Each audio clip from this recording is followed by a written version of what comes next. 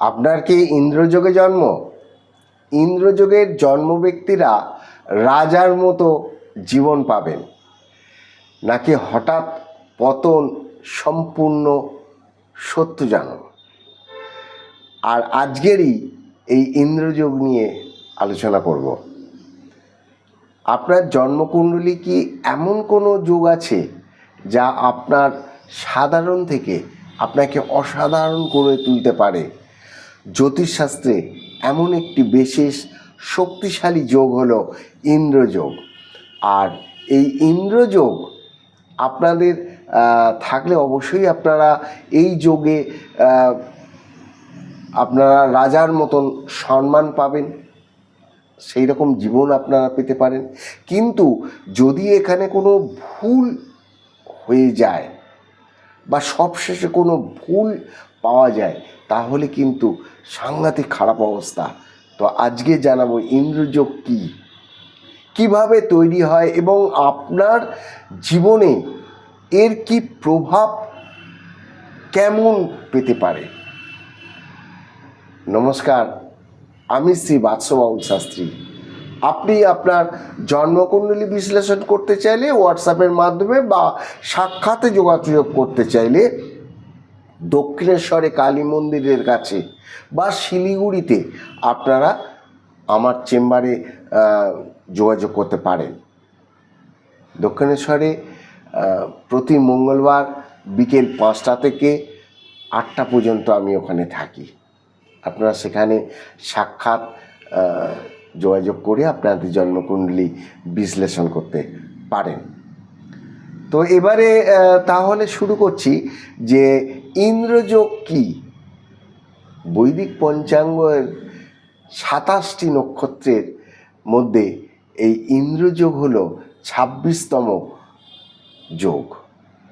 12 রাশির কি ফল হবে এই যোগ থাকলে, বিভিন্ন জাতক জাতিকাদের তো আছেই, তো সেটাও আমি জানাবো। আপনারা সম্পূর্ণ ভিডিওটা একটু সময় করে দেখুন, দেখবেন অবশ্যই আপনাদের সম্বন্ধে আপনারা জানতে পারবেন। এক ধরনের রাজযোগ যা জাতককে সম্মান, ধন, প্রভাব এবং নেতৃত্ব দেয়। এই যোগ থাকলে ব্যক্তি জীবনে উচ্চ পদ, সমাজের নাম, খ্যাতি এবং রাজসিক জীবন পেতে পারেন। সাধারণভাবে ইন্দ্রযোগ তৈরি হয় যখন লগ্ন শক্তিশালীতে থাকে এবং চতুর্থ, পঞ্চম ও একাদশভাবে অধিপতি শুভভাবে যুক্ত থাকে এবং কেন্দ্র ত্রিকোণ যোগ ভালো হবে। এই যোগের অধিপতি হলেন পিত্ত দেবতা এবং শাসক গ্রহ হল রাহু। রাহুকে সবসময় ভয় পেলে হবে না। মূলত চন্দ্র ও সূর্যের অবস্থানের উপর ভিত্তি করে এর নির্ধারিত করা হয়। ইন্দ্রযোগে জন্মগ্রহণকারীরা অত্যন্ত সাহসী হন এবং চিরস্থায়ী খ্যাতি লাভ করেন এবং রাজাধিরাজ বা সর্বোচ্চ সম্রাট হিসাবে পূজিত হন। ইন্দ্রযোগের জন্মজাতকদের বৈশিষ্ট্য, নেতৃত্ব গুণ প্রবল, সমাজের সম্মান ও প্রভাব, বিলাসবহুল জীবনযাপন, বড় সিদ্ধান্ত নেওয়ার ক্ষমতা, রাজনীতিতে বড় পদে যাওয়ার সম্ভাবনা। এরা সাধারণত মানুষ বলা যায় না, এরা হলেন বর্ন টু রুল টাইপ ব্যক্তি। আর এর নেতিবাচক দিক থেকে যদি হয়ে যায়, তাহলে দেখা যাচ্ছে যে ইন্দ্রযোগ যতটা শক্তিশালী ততটাই কিন্তু সেন্সিটিভ, অহংকার বাড়াতে পারে, ভুল সিদ্ধান্তে পতন, অতিরিক্ত ভোগ বিলাসে ক্ষতি। এদের শত্রু কিন্তু ভীষণ অধিক হয়। এমনকি মৃত্যু পর্যন্ত হয়ে যেতে পারে বয়সের আগে। কোনো কোনো ক্ষেত্রে সফলতা আসে। রাজনীতি, বড় ব্যবসা, প্রশাসনিক পদ, সিনেমা বা মিডিয়া, এরা ভালো নাম করতে পারে। নেতৃত্বের কাজ এনারা করতে পারেন। ইন্দ্রযোগ শক্তিশালী করার কিছু উপায়ও আছে, যেগুলো বলছি, মানে এক এক করে তো জানতে হবে ইন্দ্রযোগের। এরপরে আপনাদের জানাবো যে 12টা রাশি। তো সেই অবস্থায় আপনারা তৈরি থাকুন। প্রতিদিন সূর্যদেবকে প্রণাম করবেন।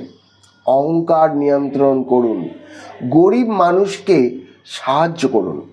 বৃহস্পতি ও সূর্য শক্তিশালী রাখুন। মানব সেবা, ঈশ্বর সেবা, এইটাই আপনার ভাগ্য খুলে দিতে পারে। আপনার কুণ্ডলিতে যদি ইন্দ্রযোগ থাকে তাহলে আপনি সাধারণ নন। আপনার মধ্যে রাজা হওয়ার শক্তি আছে, কিন্তু সেই শক্তিকে ঠিকভাবে ব্যবহার করাই আসল চ্যালেঞ্জ। ভিডিওটা ভালো লাগলে আপনারা লাইক, শেয়ার, সাবস্ক্রাইব করতে ভুলবেন না। হ্যাঁ, আর বেল আইকন আছে যেটা, সেইখানে আপনারা প্রথম অপশানটিতে ক্লিক করুন, যাতে ভিডিও হওয়ার সাথে সাথে আপনাদের কাছে পৌঁছে যাবে সর্বপ্রথম। এবং আপনারা আপনাদের পছন্দ, আপনাদের রাশির যে ভিডিও, সেগুলো আপনারা অবশ্যই দেখতে পাবেন। আগে তো আপনি পাচ্ছেন। হ্যাঁ, আর কমেন্ট করে জানাবেন আপনার রাশিতে কি ইন্দ্রযোগ আছে। হ্যাঁ, এবার জানাবো যে 12 রাশি অনুযায়ী ইন্দ্রযোগের ফল। মেষ রাশি, আগুনের মতো নেতৃত্ব, রাজনীতি বা আর্মিতে বড় অফিসার এবং সাফল্য। বৃষ রাশি, টাকা, সম্পত্তি, বিলাসিতা, লাক্সারি কিং। মিথুন রাশি, মিডিয়া বা ইউটিউবে আপনাদের নাম অনেক হতে পারে। এছাড়া আপনাদের মিডিয়ার দিক থেকে যারা বিভিন্ন জায়গায় ফটো তোলেন বা এখনকার ব্লগার আছেন, তাদের ক্ষেত্রেও। কর্কট রাশি, পরিবার ও সম্পত্তিতে রাজত্ব। সিংহ রাশি, ন্যাচারাল কিং, এখানে ইন্দ্রযোগ সবচেয়ে শক্তিশালী হবে। কন্যা রাশি,